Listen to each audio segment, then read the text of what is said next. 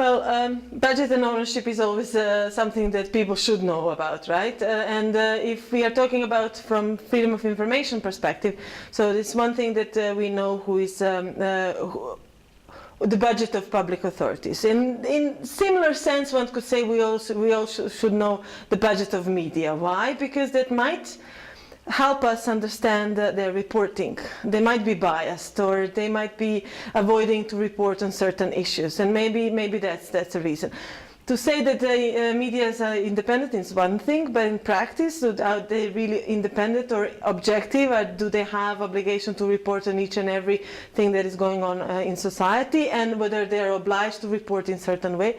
That's another thing. So once we know the ownership, we may decide as a reader or viewer to be more keen on that particular media outlet or the other, or not, or maybe we want to read particular those newspapers that we don't agree with.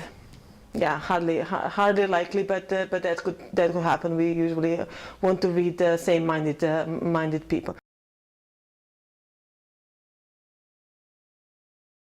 And this has been an issue in Serbia ever since, I think, 90s. So back in 2000, after the change, they were change of government. There were many attempts to have a law on ownership transparency adopted.